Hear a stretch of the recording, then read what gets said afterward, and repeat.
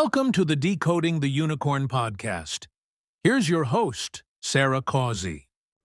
Hello, and thanks for tuning in. Welcome to episode 45 of Decoding the Unicorn, the podcast. I appreciate you joining me today, and I'm happy you're here.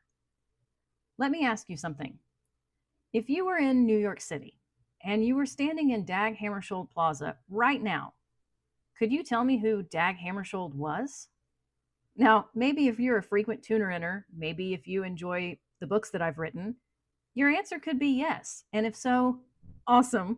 I'm so very happy to hear it. But the thing is, most people can't. When we're talking about random foot traffic of people who just happen to pass through there or tourists who are there on vacation, they won't be able to tell you who Dag was. Now, the really strange thing is there's nothing there to really help you answer that question. You're standing in a plaza named after this man with, to the American English mind, a fairly unpronounceable name. Who is he? And why is this plaza there? Why is it named after him? You can stand in this place named after one of the most important diplomats in modern history and walk away without learning a single thing about him. And listeners, I am on a mission to change that. Stay tuned. Just a reminder, Sarah's award-winning biography of Dag Hammarskjöld, Decoding the Unicorn, is available on Amazon. Her next non-fiction project, Simply Dag, will release on July 29th. To learn more about her other works, please visit sarahcausey.com. Now back to the show. I started thinking about this recently, and I want to give a shout out to my friend Patty Cullivan. Not long ago, I recorded an episode with him on my nighttime broadcast, The Conspiracy Theories, vis-a-vis the life and death of Michael Collins. A few days later, he was in New York City for his tour, and he snapped some photos of Dag Hammarskjöld Plaza, and he sent them to me and said, "Why is there no plaque? There's no statue, there's no signage, there's nothing here that tells you who Dag was, and I don't think that's right." And I was like, I concur, good sir, and someone should do something about it, and I'm willing for that someone to be me. So it's not about thinking of this in the abstract, like, okay, maybe somebody should do something.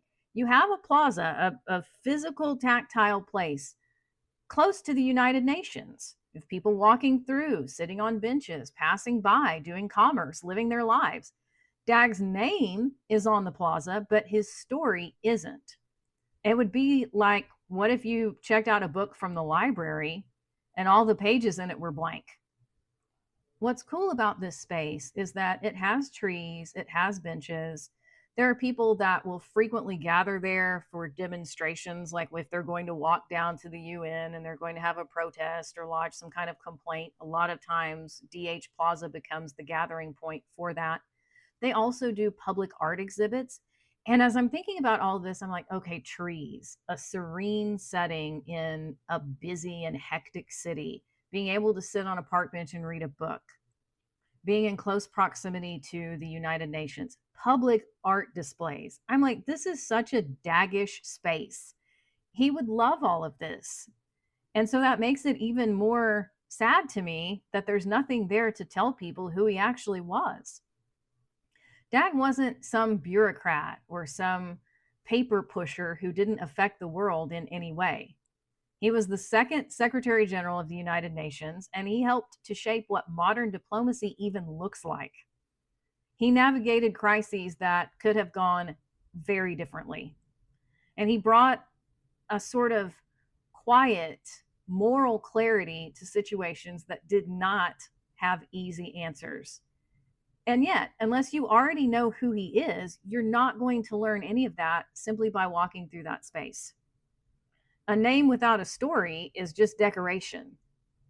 Not that that's meant in any kind of way that wasn't well-meaning. What I'm trying to say is Dag deserves something beyond just his name being in that space. People deserve to know who he was and why that space is named after him in the first place.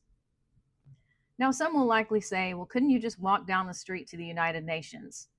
Maybe. But how would somebody even know to do that if they don't know who Dag was? If they don't know that he was the second Secretary General of the UN, why would they know automatically to walk down the street to the United Nations? And then what are they going to do? Go to the information desk and be like, hi, I'm going to treat you like Encyclopedia Britannica and ask you who Dag Hammarskjöld was. Could you please tell me more? The average person, and I'm throwing no shade here when I say this, the average person sitting at that desk is not a Dag Hammarskjöld biographer. They're not going to give you, well, Dag Hammarskjöld was born on July 29th, 1905 in Jönköping, Sweden. They're not going to sit there and do that. So the idea of, well, wouldn't somebody just walk down the street to the UN? No, how would they even know to do that? There's nothing there to tell them, here's who Dag was, and here's why he's important. So here's where things get even more interesting. This is not really about one plaza. It is, but at the same time, it isn't. It's also about how memory works, what we choose to explain and what we don't. History does not always disappear in a way that's dramatic. Sometimes it just simply isn't told. Some figures get statues, monuments, museums, documentaries, and some big mythology built up around them. And others get a name on a sign. And some of them get silence. And I refuse to allow Dag to slip off into obscurity and to be completely forgotten. I flat out refuse. When Patty contacted me to say there's no sign, there's no statue, there's nothing, I was like, how can that be? Why does this not already exist? Because it should. There should be something simple. It does not have to be elaborate or expensive, just something simple to tell people who Dag was and why he matters. And then, in not finding that, I decided to ask why. I started reaching out, talking to people, trying to track down, well, who does one speak to, especially in a city as large as New York City? Who does one talk to? I contacted the office of the relevant city councilwoman, Virginia Maloney. I started there first, and then secondarily, I reached out to a relevant contact with New York City Parks. As of this recording, I have heard back from the office of Virginia Maloney, and it was a warm response. As of this recording, I have not heard anything back from New York City Parks, but here's what I received back from the office of Virginia Maloney. Dear Sarah, thank you for writing into our office. This is a lovely idea and one our office would consider exploring further. We'll be looping in our community affairs team to follow up with you directly. That was on April 23rd. Now, we have to be patient, persistent, but patient at the same time, because as I said, in a city as big as New York City, this is a time-consuming situation for me, not for them, but for me. This could be 6 months, this could be a year, this could be 5 years. I may be on the air in 2030 telling you, Dag finally got his plaque, but hey, I'm here and I'm not going anywhere. So the good news at this point is there's no single person saying no. Nobody has drawn a line in the sand with me and said, we refuse to do this, get lost. There's not really a clear path to yes just yet, but I'd say there's a glimmer of hope.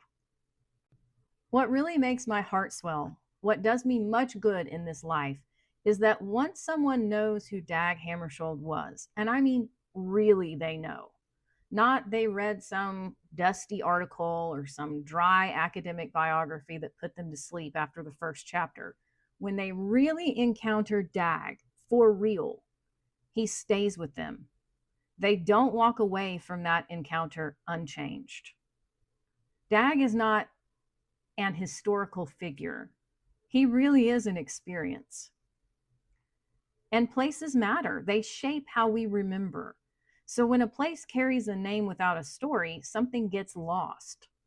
And it may not happen in a way that's loud or dramatic or even intentional or maliciously done. It just happens quietly. So here's the question. Why wasn't the plaque put there to begin with? And then what can we do about it now? When people are walking through that space without being told, what does that mean? Is that who we want to be as people? I don't think it is. I will keep you updated as I learn more. But for the time being, especially if you're local to that area, don't be afraid to say something about this. Contact a journalist, contact somebody in the relevant departments of government, and just say, this is something that I find meaningful and it's something that should be done. I'm only one voice. I'm plucky and I'm persistent and I'm surely not going anywhere, but I'm only one person. The more people that we can get galvanized on this to say, Dag deserves a plaque. It doesn't have to be some giant monument. It doesn't have to be something that's going to cost a bazillion dollars. A plaque installed somewhere simply to say, here's why this space exists and here's who Dag was. That's all we're asking for. That's not difficult and it's not costly. So please, if you feel compelled to join me in this effort, I would be so very grateful. In the meantime, take very good care of yourself, and I will see you in the next episode. Thank you for tuning in. If you enjoyed this episode, please subscribe to this podcast and share it with others. We'll see you next time.